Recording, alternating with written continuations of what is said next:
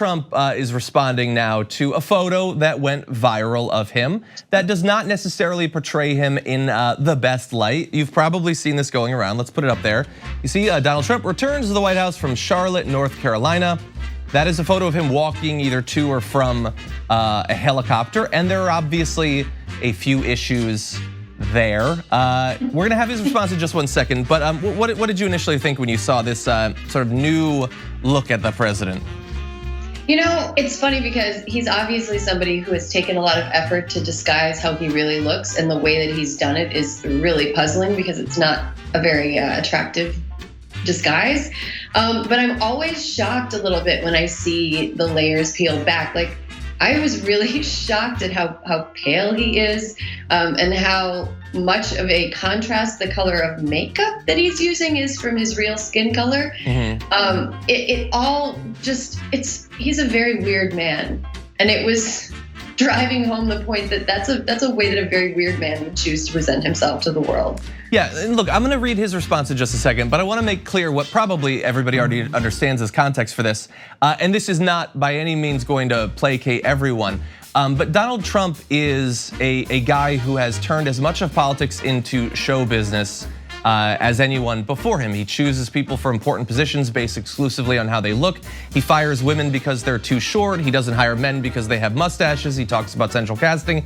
And of course, there's no one in public life over the past 30 years that has attacked people for their physical appearance, especially and most brutally women, than Donald Trump. And so that doesn't make it right. You know, two wrongs don't make it right. But we live in crazy times and I'm going crazy. So let's have his response. He said to this photo, more fake news. This was photoshopped, obviously, but the wind was strong and the hair looks good. Anything to demean. Let's just be very clear because the term fake news is thrown around a lot these days. So here's another photo from the same photo shoot.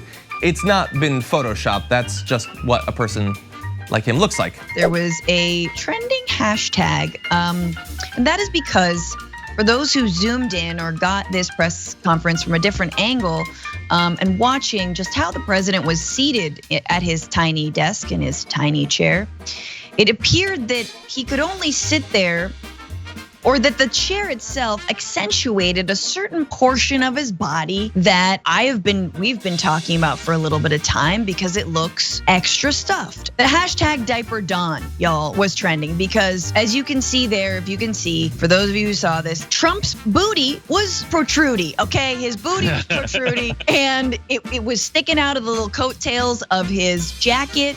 And it was just on swole, okay? It was, he got a thickie and I'm just gonna say it. And I don't know whether it's natural or whether he's using something to stuff it. And ergo, Diaper Dawn started massively trending. And as you all know, hashtag show me the undies. If he actually doesn't wear diapers, just show us your big boy pants.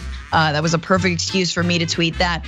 But Trump did take notice that Diaper Dawn was trending and himself tweeted, Twitter is sending out totally false quote trends that have absolutely nothing to do with what's really trending in the world. Yes, they make it up and only negative quote stuff. Same thing will happen as Twitter as is happening to Fox News daytime. Also big conservative discrimination. I mean. Is big conservative discrimination what he calls his booty? Maybe that's it.